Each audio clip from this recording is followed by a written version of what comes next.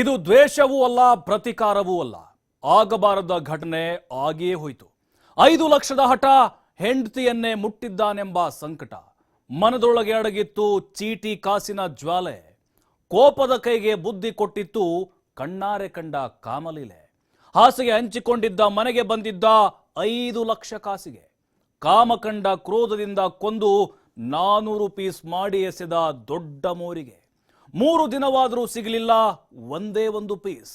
ಹುಡುಕಿ ಹುಡುಕಿ ಸುಸ್ತಾದ್ರು ನಮ್ಮ ಪೊಲೀಸ್. ಇದೇ ಹೊತ್ತಿನ ವಿಶೇಷ, ಏಕ್ ಮಾರ್ 400 ಪೀಸ್. ನಾನು ಪ್ರಭು.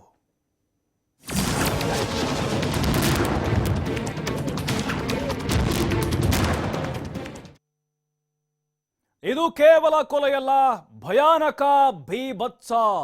ಸಿಲಿಕಾನ್ ಸಿಟಿಯೇ ಕಂಡು ಕೇಳರಿಯದಂತಹ ಡೆಡ್ಲಿ ಮರ್ಡರ್ ಇದು. ನಿಜಕ್ಕೂ ನೀವೇ ಒಂದು ಕ್ಷಣ ಬೆಚ್ಚಿ ಬೆರಗಾಗ್ತೀರಿ. ಯಾಕಂತ ಹೇಳಿದ್ರೆ ಈ ಒಂದು ಭೀಭತ್ಸವಾದಂತಹ ಪೈಶಾಚಿಕ ಕೃತ್ಯ, ಅದರ ವಿವರವನ್ನ ಕೇಳಿದ್ರೆ, ಬೆಂಗಳೂರಿನ ಭಯಾನಕ ಹಿಸ್ಟ್ರಿ ತೆಗೆದು ನೋಡಿದ್ರೆ, ನಾವು ಕೊಲೆಗಳ ಆ ಲಿಸ್ಟನ್ನ ನೋಡಿದ್ರೆ ಈ ತರದ ಕೊಲೆ ಯಾವತ್ತೂ ಕೂಡ ಆಗಿರಲಿಲ್ಲ. ಕಂಡು ಕೇಳಿದ ರೀತಿಯಲ್ಲಾಗಿದೆ. ಕಾಸಿಗೋ ಹಾಸಿಗೆ ಸಹವಾಸಕ್ಕೋ ಆದ್ರೂ ಈ ಪರಿ ದ್ವೇಷ ಏನ್ರಿ? ಕೊತ್ತಂಬರಿ ಸೊಪ್ಪು ಕತ್ತರಿಸಿದ ಪುಕ್ಕಲನಿಗೆ ಎಲ್ಲಿಂದ ಬಂತು ಇಷ್ಟು ಧೈರ್ಯ? ಒಂದಾದ್ರೆ ಸರಿ, ಎರಡಾದ್ರೆ ಸರಿ, ಮೂರಾದ್ರೂ ಸರಿ, ಎಷ್ಟು ಪೀಸ್ ಹೇಳಿ ನೋಡೋಣ, ಗೆಸ್ ಮಾಡಿ ನೋಡೋಣ. ಆದ್ರೆ ಬರೋಬ್ಬರಿ ಒಂದು ಡೆಡ್ ಬಾಡಿಯನ್ನ 400 ಪೀಸ್ ಮಾಡೋದು ಅಂದ್ರೆ ಸುಮ್ಮನೆ ಏನ್ರಿ ಆತನಿಗೆ ಧೈರ್ಯ? ಇದು ಕೊಂದ ಕಥೆಯಲ್ಲ, ಕೊಂದು 400 ಪೀಸ್ ಕತ್ತರಿಸಿ ಬಿಸಾಕಿದವನ ಕಥೆ. ನೋಡಿ, ನಾವು ಅದಕ್ಕೆ ಆರಂಭದಲ್ಲಿ ಹೇಳಿದ್ವಿ ನಿಮಗೆ, ಇದು ಕೊಲೆಯಲ್ಲ ಅಂತ. ಭಯಾನಕವಾಗಿದೆ, ಭೀಭತ್ಸವಾಗಿದೆ.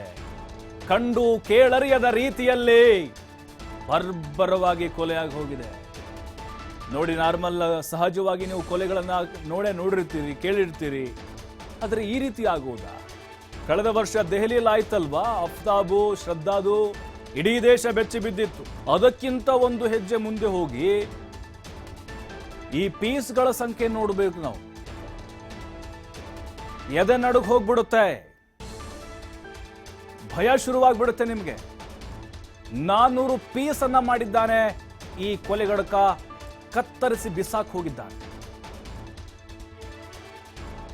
ಬೆಂಗಳೂರಿನ ಈ ರೌಡಿಸಂ ಇತಿಹಾಸದಲ್ಲಿ ಅಥವಾ ಕೊಲೆಗಳ ಲಿಸ್ಟ್ಗಳನ್ನ ನೋಡ್ತಾ ಹೋದ್ರೆ ನಾವು ಪ್ರತಿಯೊಂದು ಸ್ಟೇಷನ್ಗಳಲ್ಲಿ ಯಾವ ರೀತಿಯಾಗಿ ಕೊಲೆಗಳಾಗಿದೆ ಅಂತ. ಆದ್ರೆ ಈ ರೀತಿ ಯಾವತ್ತೂ ಕೂಡ ಕರ್ನಾಟಕದಲ್ಲಿ ಆಗಿದಂಥ ಉದಾಹರಣೆಗಳಿಲ್ಲ. ಒಂದಾದ್ರೆ ಸರಿ, ಎರಡಾದ್ರೆ ಸರಿ ರೀ. ಇಷ್ಟೊಂದು ಪೀಸ್ ಅನ್ನ ಮಾಡುವಂತ ದ್ವೇಷ ಏನಿತ್ತು ಆತನಿಗೆ? ಯಾವ ಕಾರಣ? ಕಾಸಿಗೋಸ್ಕರನೋ ಅಥವಾ ಹಾಸಿಗೆ ಸಹವಾಸಕ್ಕೆ ಹೋಗಿ ಈ ರೀತಿ ಭೀಕರವಾಗಿ ಕೊಲೆಯಾಗ್ಬಿಟ್ನ? ಈ ಪರಿ ದ್ವೇಷ ಏನಿತ್ತು ಹಾಗಾದ್ರೆ? ನೋಡಿ, ಕೊಲೆಯಾದಂಥ ವ್ಯಕ್ತಿ ಈತ ಶ್ರೀನಾಥ್. ಇನ್ನೊಂದು ಕಡೆ CCTV ದೃಶ್ಯಗಳನ್ನ ನೋಡ್ತಾ ಇದ್ದೀರಿ. ಆತ ಮಾಧವರಾವ್.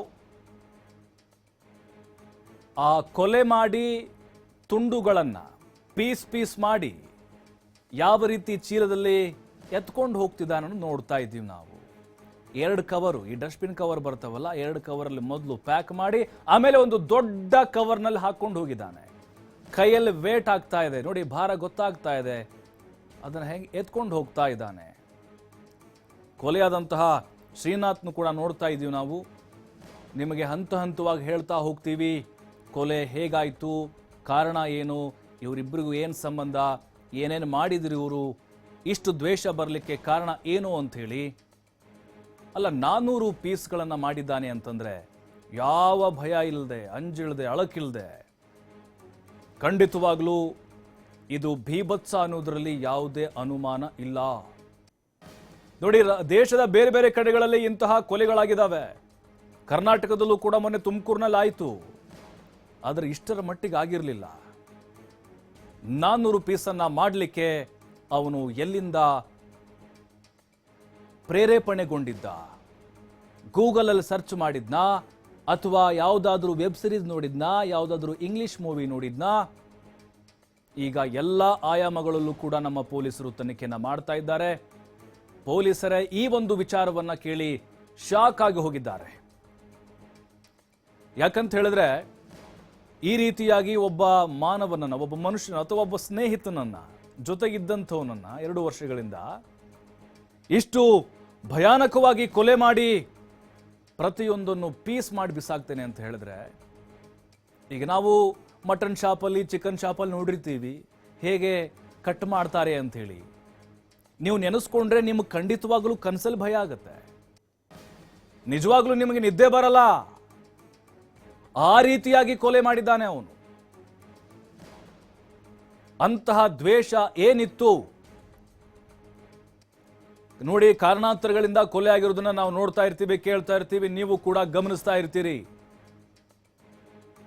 ಆದ್ರೆ ನಾವಿಲ್ಲಿ ನೋಡಿ ಅದನ್ನ ನಾವು ಬಿಂಬಿಸ್ತಾ ಇಲ್ಲ, ಅಲ್ಲಿ ಏನಾಗಿದೆ ಅನ್ನೋದನ್ನು ಮಾತ್ರ ಹೇಳ್ತಾ ಇದ್ದೀವಿ. ಇಂತಹ ಮನಸ್ಥಿತಿಗಳು ಕೂಡ ನಮ್ಮ ಮಧ್ಯೆ ಇರ್ತಾವ ಅಂತ ಹೇಳಿ.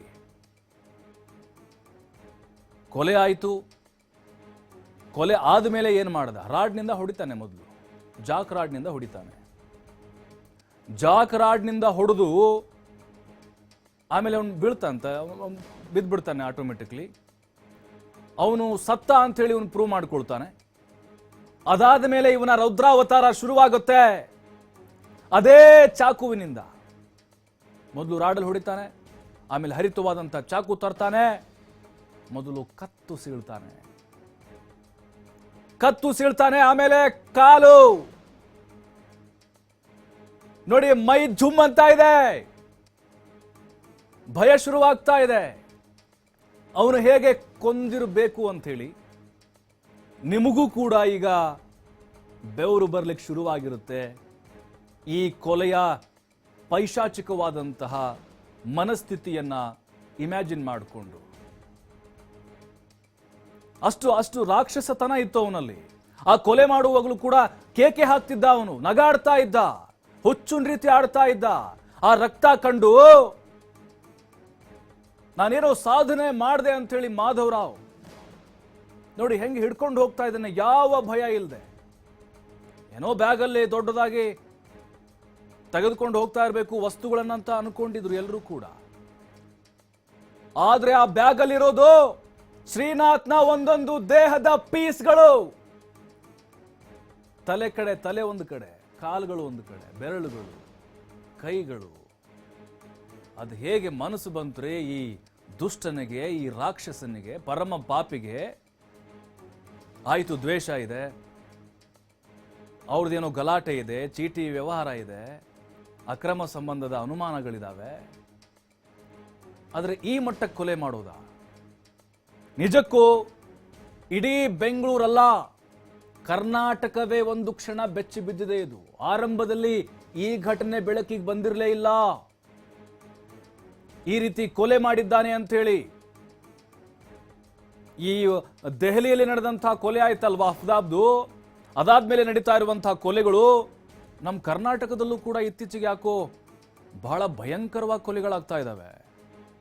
ಅದರಲ್ಲೂ ನಾರ್ಮಲ್ ಆಗಿ ನಡೀತಾ ಇರುವಂತಹ ಕೊಲೆಗಳಲ್ಲ ಇದು, ಬಹಳ ಭೀಕರವಾಗಿ ಕೊಲೆ ಮಾಡ್ತಾ ಇದ್ದಾರೆ. ಆ ದ್ವೇಷವನ್ನ ಅಥವಾ ಅವರ ಮನಸ್ಸೊಳಗಿದ್ದಂತಹ ಆ ಕಿಚ್ಚೇನಿದೆ ಅಥವಾ ಅವ್ರ ಮೇಲೆ ಏನೋ ಪ್ರತಿಕಾರ ಇದೆ, ಆ ಸೇಡಿದೆ, ಅದನ್ನ ತೀರಿಸಿಕೊಳ್ಳೋಕೆ ಇಂತಹ ರೌದ್ರಾವತಾರವನ್ನ ತಾಳ್ತಾ ಇದ್ದಾರೆ. ನಿಜಕ್ಕೂ ರೀ ಇದು ಮನುಷ್ಯನಿಂದ ಸಾಧ್ಯನಾ ಅನ್ನೋದು ಕೂಡ ನಮ್ಗೆ ಅನುಮಾನಗಳು ವ್ಯಕ್ತವಾಗುತ್ತೆ. ನೋಡಿ, ಈ ತರದ ಘಟನೆ ನಮ್ಮ ದೇಶದಲ್ಲಿ ನಾವು ಕಂಡ ಹಾಗೆ ಕೇಳಿದ ಹಾಗೆ ಎಲ್ಲೂ ಕೂಡ ನಡೆದಿಲ್ಲ. ಅಫ್ತಾಬು ಅವನು 33 ಪೀಸ್ ಮಾಡಿದ್ದ, ಇನ್ನೊಂದು ಬೇರೆ ಕಡೆ ಆಗಿತ್ತು ಅವನು 22-20 ಪೀಸ್ ಮಾಡಿದ್ದ. ಕರ್ನಾಟಕದಲ್ಲಿ ಮೊನ್ನೆ ಆಯಿತು ತುಮಕೂರಿನಲ್ಲಿ ಅವನು 4-5 ಪೀಸ್ ಮಾಡಿದ್ದ. ಅಲ್ಲ, ಮನುಷ್ಯನ ಬಾಡಿ ಅಂದ್ರೆ ಏನಂತ ಇವ್ರಿಗೆ? ಕೋಳಿಯನ್ನ ಕಟ್ ಮಾಡದಂಗೆ ಕಚ ಕಚ ಕಚ ಅಂತ ಕತ್ತರಿಸಿ ಬಿಸಾಕಿದ್ದಾನೆ.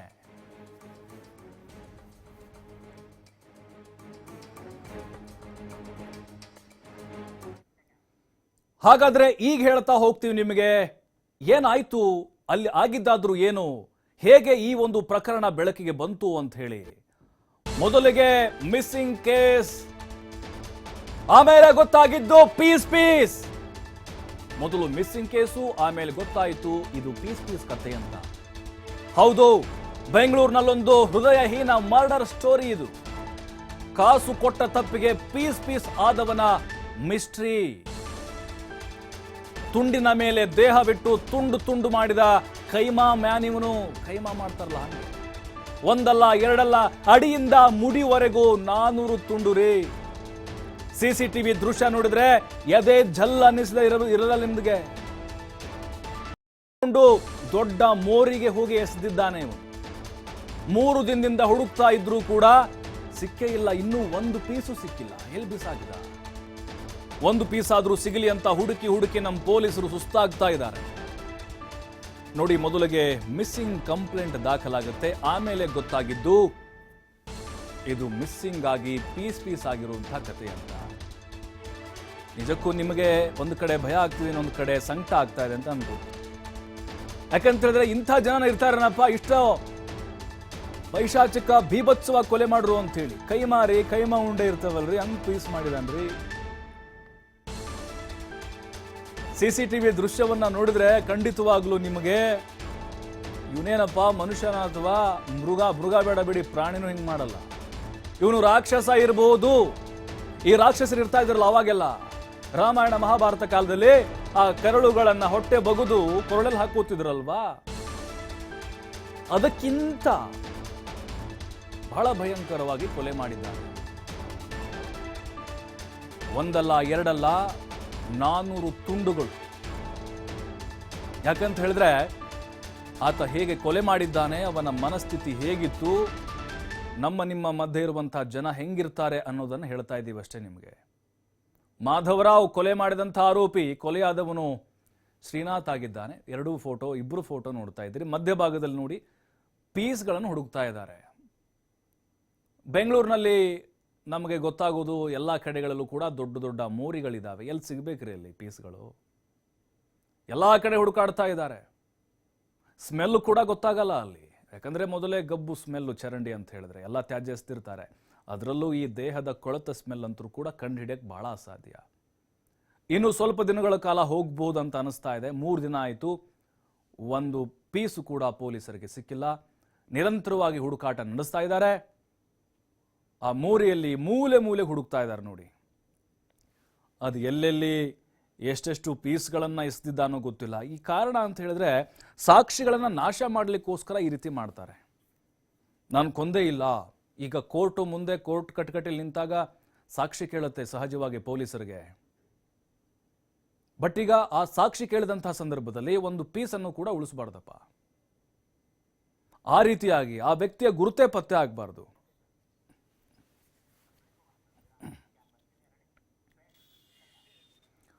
ಹಾಗಾದ್ರೆ ಕೊಲೆ ಆದಂಥವನ ಹಿಸ್ಟ್ರಿ ಏನೋ, ಕೊಲೆ ಮಾಡಿದವನು ಯಾರು, ಇಬ್ಬರಿಗೂ ಏನೇನು ಸಂಬಂಧ, ಇವರ ಮಧ್ಯೆ ನಡೆದಂತಹ ವ್ಯವಹಾರ ಏನೋ, ಅಸಲಿಗೆ ಇಲ್ಲಿ ಕೊಲೆಗೆ ಕಾರಣವಾದ್ರು ಏನು ನೋಡಿ. ಈ ಘಟನೆ ಹೇಗಾಯಿತು, ಇವರಿಬ್ಬರ ಮಧ್ಯೆ ಹೇಗೆ ಪರಿಚಯ ಇತ್ತು, ಆರಂಭದಿಂದಲೂ ನೀವು ಕೂಡ ಗಮನಿಸ್ತಾ ಇದ್ದೀರಿ ಈಗ. ಆದರೆ ಇಲ್ಲಿ ಅವತ್ತು ಏನೇನಾಯಿತು, ಮೇ 28ಕ್ಕೆ ಏನಾಯಿತು, ಸಿಸಿಟಿವಿ ದೃಶ್ಯಾವಳಿಗಳೇ ಹೇಳುತ್ತೆ ಭಯಾನಕವಾಗಿ ಇಲ್ಲಿ ಕೊಲೆಯಾಗಿ ಹೋಗಿದೆ ಅಂತೇಳಿ. ಯಾಕಂತ ಹೇಳಿದ್ರೆ ಅವತ್ತು ಮನೆಯಿಂದ ಹೊರಬಂದವನು ವಾಪಸ್ ಮನೆಗೆ ಹೋಗ್ಲೇ ಇಲ್ಲ. ಹಾಗಾದ್ರೆ ನೋಡ್ತಾ ಹೋಗೋಣ ಮತ್ತೆ ಏನಾಯಿತು ಅಂತ ಹೇಳಿ. ಘಟನೆ ರಾಮಮೂರ್ತಿ ನಗರ ಪೊಲೀಸ್ ಠಾಣಾ ವ್ಯಾಪ್ತಿಯಲ್ಲಿ ನಡೆದಿರುವಂತಹ ಭಯಾನಕವಾದಂತಹ ಕೃತ್ಯ ಇದು. 34 ವರ್ಷದ KV ಶ್ರೀನಾಥ್ ಕೊಲೆಯಾದಂತಹ ದುರ್ದೈವಿಯಾಗಿದ್ದಾನೆ. ಮಾಧವರಾವ್ ಎಂಬಾತನೇ ಕೊಲೆ ಮಾಡಿದ್ದಾನೆ ಆರೋಪಿ. ಮಾಧವರಾವ್ ಕೊಲೆ ಮಾಡಿರುವಂತಹ ಆರೋಪಿ ಇವನು. ಪೀಸ್ ರಹಸ್ಯಕ್ಕೆ ಸುಳಿವು ಕೊಟ್ಟಿದ್ದೆ ಸಂಪಿಗೆಹಳ್ಳಿ ಮಿಸ್ಸಿಂಗ್ ಕಂಪ್ಲೇಂಟ್. ತಣಿಸಂದ್ರದ ಮನೆಯಿಂದ ಹೋದಂತಹ ಶ್ರೀನಾಥ್ ಬರಲೇ ಇಲ್ಲ. ಮನೆಯಿಂದ ಬಂದವನು ವಾಪಸ್ಸು ಗಂಡ ಮನೆಗೆ ಬಂದಿಲ್ಲ ಅಂತ ಕಂಪ್ಲೇಂಟ್ ಕೊಟ್ಟಿದ್ರು ಶ್ರೀನಾಥ್ ಹೆಂಡತಿ. ಫೋನ್ ಕರೆ ಫಾಲೋ ಮಾಡಿ ಬಂದಾಗ ಸಿಕ್ಕಿದ್ದು ಮಾಧವರಾವ್ ಮನೆಯಲ್ಲಿ ಮಾಧವನೂ ಇಲ್ಲ, ಶ್ರೀನಾಥ್ನೂ ಇಲ್ಲ. ಹಾಗಾದ್ರೆ ಎಲ್ಲಿ ಹೋದ್ರು ಇಬ್ಬರು ಅಂತ ತಲೆ ಕೆಟ್ಟಿತ್ತು ಪೊಲೀಸರಿಗೆ. ಆದ್ರೆ ಶ್ರೀನಾಥ್ ಹೆಜ್ಜೆ ಗುರುತು ಪತ್ತೆ ಹೆಚ್ಚಿತ್ತು ಪಕ್ಕದ ಮನೆಯ ಸಿಸಿಟಿವಿ. 1 ಗಂಟೆ 16 ನಿಮಿಷಕ್ಕೆ ಬ್ಯಾಗ್ ಸಮೇತ ಬರ್ತಾನೆ ಶ್ರೀನಾಥ್. 1 ಗಂಟೆ 16 ನಿಮಿಷಕ್ಕೆ ಬರ್ತಾನೆ.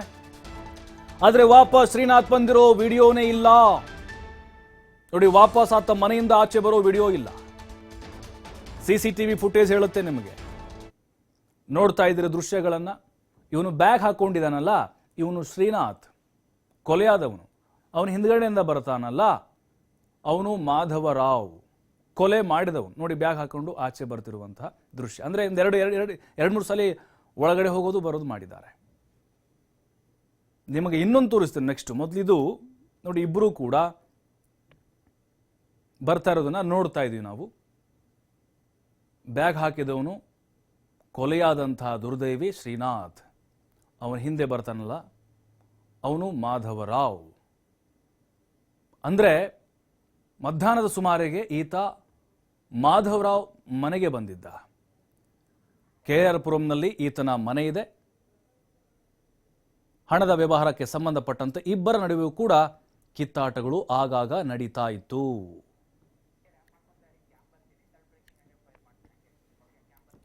ನೋಡಿ, ಈ ಒಂದು CCTV ದೃಶ್ಯಾವಳಿಗಳನ್ನು ನೋಡ್ತಾ ಇದ್ದೀವಿ ನಾವು. ಈಗ ಅವರು ಮನೆ ಒಳಗಡೆ ಪ್ರವೇಶ ಮಾಡೋದು ಅಥವಾ ಹೊರಗಡೆ ಪ್ರವೇಶ ಮಾಡೋದು ನಮ್ಗೆ ಗೊತ್ತಾಗ್ತಾ ಇದೆ. ಆದರೆ ಮನೆಯೊಳಗಡೆ ಹೋದಂತಹ ಶ್ರೀನಾಥ್ ಏನಾದ ಅನ್ನುವಂಥದ್ದು ಪ್ರಶ್ನೆ. ಈಗ ಮನೆಯೊಳಗಡೆ ಬಂದ ಶ್ರೀನಾಥ, ಮಾಧವರಾವ್ ಕರ್ಕೊಂಡು ಬಂದ ಅವನ ಮನೆಯೊಳಗಡೆ. ಆಮೇಲೆ ಏನಾಯ್ತು ಅಲ್ಲಿ ಒಳಗಡೆ, ಏನೋ ಆಯ್ತು, ಜಗಳ ಏನಾಯ್ತು ನೋಡಿ. ನೀವು ಆಗ್ಲೇ ದೃಶ್ಯ ನೋಡ್ತಾ ಇದ್ರಿ. ಮನೆಯೊಳಗಡೆ ಹೋದಂತಹ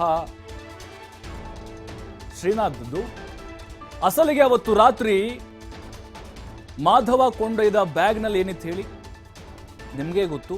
CCTV ವಿಡಿಯೋ ನೋಡಿ ಮನೆ ಹೊಕ್ಕ ಪೊಲೀಸರಿಗೆ ಶಾಕ್ ಆದಿತ್ತು. ಅಲ್ಲಿ ಶ್ರೀನಾಥ್ ಇರಲಿಲ್ಲ, ಅಲ್ಲಿದ್ದದ್ದು ನೆತ್ತರ ರಂಗೋಲಿ, ನೆತ್ತರ ಹರಿದಿತ್ತಲ್ಲಿ. ಸತ್ತವನದ್ದು O ಪಾಸಿಟಿವ್, ಅಲ್ಲಿ ಹರಿದು ಗಟ್ಟಿಯಾಗಿದ್ದು ಕೂಡ O ಪಾಸಿಟಿವ್. ಸತ್ತವನು 100% ಶ್ರೀನಾಥನೇ, ಆದ್ರೆ ಬಾಡಿ ಎಲ್ಲಿದೆ? ಮಾಧವನನ್ನ ಹಿಡಿದು ತಂದಿದ್ದಾರೆ ಪೊಲೀಸರು. ಅಲ್ಲಿ ಅಸಲಿ ಕಹಾನಿ ಬಯಲಾಗುತ್ತೆ. ಹಾಗಾದ್ರೆ ಮನೆಯೊಳಗೆ ಹೋದಂತ ಶ್ರೀನಾಥ್ ಏನಾದ? ನೆತ್ತರ ರಂಗೋಲಿ ಹರಿದಿತ್ತಲ್ಲಿ. CCTV ಫುಟೇಜ್ ಅನ್ನ ನೋಡಿದಾಗ ನಿಮಗೆ ಗೊತ್ತಾಗುತ್ತೆ. ನೋಡಿ, 2-3 ಬಾರಿ ಈಗ ಮನೆಯಿಂದ ಹೊರಬರೋದು ಮತ್ತು ಒಳಗಡೆ ಹೋಗೋದು. CCTV ನೋಡಿ ಮನೆ ಹೊಕ್ಕಂತಹ ಪೊಲೀಸರಿಗೆ ಶಾಕ್ ಎದುರಾಗಿರುತ್ತೆ. ಮನೆಯಿಂದ ಒಳಗಡೆ ಹೋಗಿದ್ದಾನೆ, ಆದರೆ ಹೊರಗಡೆ ಬರುವಂಥದ್ದಿಲ್ಲ. ಅಲ್ಲೇ ನಿಮಗೆ ಅರ್ಥ ಆಗುತ್ತೆ ಶ್ರೀನಾಥ್ ಎಲ್ಲಿ ಹೋದ ಅಂತೇಳಿ. ಶ್ರೀನಾಥ್ ಭೀಕರವಾಗಿ, ಬರ್ಬರವಾಗಿ ಕೊಲೆಯಾಗಿ ಹೋಗಿದ್ದಾನೆ. ಅದು 400 ಪೀಸ್ಗಳು. ನೋಡಿ, ಈಗ ನಿಮಗೆ ಗೊತ್ತಾಗಿರ್ಬೋದು ಏನಾಗಿದೆ ಅಂತ ಹೇಳಿ. ಮನೆ ಒಳಗಡೆ ಬಂದಂಥ ಫುಟೇಜ್ ಸಿಗುತ್ತೆ ನಿಮಗೆ, ಶ್ರೀನಾಥ್ಂದು, ಮಾಧವರಾವ್ ಒಂದು. ಆದರೆ ಆಚೆ ಬರುವಾಗ ಒಬ್ಬನೇ ಬರ್ತಾನೆ, ಅದು ಬ್ಯಾಗ್ ಮುಖಾಂತರ ಬರ್ತಾನೆ. ಆದರೆ ಅವನು ಶ್ರೀನಾಥ್ ಬರೋದಿಲ್ಲ. ಅಷ್ಟಕ್ಕೂ ಆಗಿದ್ದೇನು ಹಾಗಾದ್ರೆ? ಸತ್ತ ಶ್ರೀನಾಥನ ಬಾಡಿ ಎಲ್ಲಿ ಹೋಯ್ತು? ಹೋಗುವಾಗ ಇರುವಂತಹ ದೃಶ್ಯ ಇದೆ, ಬರುವಾಗಿರುವುದಿಲ್ಲ. ಹಾಗಾದ್ರೆ ಅಲ್ಲಿ ಒಳಗಡೆ ಏನಾಯಿತು? ಈ ಸತ್ತಂತಹ ಶ್ರೀನಾಥನ ಬಾಡಿ ಎಲ್ಲಿ ಹೋಯ್ತು? ಮಾರ್ಗದರ್ಶಿ ಚಿಟ್ ಫಂಡ್ ನಲ್ಲಿ ಡೆವಲಪ್ಮೆಂಟ್ ಆಫೀಸರ್ ಆಗಿದ್ದಾನೆ ಈ ಶ್ರೀನಾಥ್. ಥಣಿಸಂದ್ರದ ಅಂಜನಾದ್ರಿ ಲೇಔಟ್ನಲ್ಲಿ ಈ KV ಶ್ರೀನಾಥ್ ವಾಸವಾಗಿದ್ದ. ಶ್ರೀನಾಥ್ ಬಳಿ ಮಾಧವರಾವ್ 5 ಲಕ್ಷ ರೂಪಾಯಿ ಹಣದ ಚೀಟಿ ಹಾಕಿದ. ನೋಡಿ, ಕಾರಣ ಈಗ ಹೇಳ್ತಾ ಇದ್ದೀನಿ ನಿಮಗೆ. ಅಸಲಿ ಕಾರಣ ಇದೆ. ಈ ಚೀಟಿ ಹಣದ ವಿಚಾರಕ್ಕೆ ಇಬ್ಬರ ನಡುವೆ ಗಲಾಟೆ ಆಗ್ತಿತ್ತು ಅವಾಗ. ಚೀಟಿ ಹಣ ವಾಪಸ್ ಕೊಡುವಂತೆ ಒತ್ತಾಯ ಮಾಡ್ತಿದ್ದ ಶ್ರೀನಾಥ್. 5 ಲಕ್ಷ ರೂಪಾಯಿ ಹಣ ಹಾಕಿದ್ದ. ಅದಷ್ಟೇ ಅಲ್ಲ, ಮಾಧವರಾವ್ ಪತ್ನಿ ಜೊತೆ ಶ್ರೀನಾಥ್ಗೆ ಏನೋ ಇತ್ತಂತೆ. ಮೇ 28ಕ್ಕೆ ಬೆಳಗ್ಗೆ ಮಾಧವರಾವ್ ಮನೆಗೆ ಈ KV ಶ್ರೀನಾಥ್ ಬಂದಿರ್ತಾನೆ. ಹಣ ಹಾಕಿರ್ತಾನೆ. ಅವಾಗ ಕೊಡು ಅಂತ ಇವನು ಕೇಳ್ತಾನೆ. ಅವನು ಸತಾಯಿಸ್ತಾನೆ ಇರ್ತಾನೆ. ಜೊತೆಗೆ ಶ್ರೀನಾಥನಿಗೆ ಮಾಧವರಾವ್ ಕೊಲೆ ಮಾಡಿದ್ದಾನಲ್ಲ ಆರೋಪಿ, ಅವನ ಹೆಂಡತಿ ಜೊತೆಗೆ ಏನೋ ಇತ್ತು ಅನ್ನೋದು ಈಗ ಮೇಲ್ನೋಟಕ್ಕೆ ಗೊತ್ತಾಗಿದೆ. ಈ ಎಲ್ಲ ಕಾರಣಗಳನ್ನ ಇಟ್ಕೊಂಡು ಅಷ್ಟು ಭೀಕರವಾಗಿ ಕೊಲೆ ಮಾಡಿದ್ದಾನೆ ಆರೋಪಿ. ನೋಡಿ, ಈಗ ಅಲ್ಲಿ ಏನಾಯ್ತು ಅನ್ನೋದು ನಿಮಗೆ ಕಥೆ ಗೊತ್ತಾಗ್ತದೆ. ನೋಡಿ, ಈ ದೃಶ್ಯ ನೋಡಿ. ಮನೆಯಿಂದ ಆಚೆ ಒಬ್ಬನೇ ಬರ್ತಾ ಇದ್ದಾನೆ. ಮಾಧವರಾವ್ ಮನೆಯಿಂದ ಆಚೆ ಬಂದಂಥ ದೃಶ್ಯ ಮಧ್ಯಭಾಗದಲ್ಲಿ ನೋಡ್ತಾ ಇದ್ದೀರಿ. ಶ್ರೀನಾಥ್ ಎಲ್ಲಿ ಹೋದ? ಶ್ರೀನಾಥ್ ಬರಲಿಲ್ಲ ಅವನ ಜೊತೆಗೆ. ಬ್ಯಾಗಲ್ಲಿದ್ದಾನೆ ಶ್ರೀನಾಥ್. ತುಂಡಾಗಿ ಬಿದ್ದಿದ್ದಾನೆ ಒಳಗಡೆ. ಪ್ಲಾಸ್ಟಿಕ್ ಕವರ್ನಲ್ಲಿ, 2 ಕವರ್ನಲ್ಲಿ ಇದ್ದಾನೆ. ನೋಡಿ, ನೆನೆಸ್ಕೊಂಡ್ರೆ ನಿಮಗೆ ಖಂಡಿತವಾಗ್ಲೂ ಕನಸಲ್ಲಿ ಬಂದರೂ ಬರಬಹುದು. ರಾತ್ರಿ ಹೊತ್ತು ಎಚ್ಚರ ಆಗ್ಬೋದು ಭಯ ಬಿದ್ದು. ಅಂಥ ಘಟನೆ ಸಿನಿಮೆಯ ರೀತಿಯಲ್ಲಿ, ಸಿನಿಮಾ ಕಥೆಗಿಂತ ಕಡಿಮೆ ಏನಿಲ್ಲ ಇದು.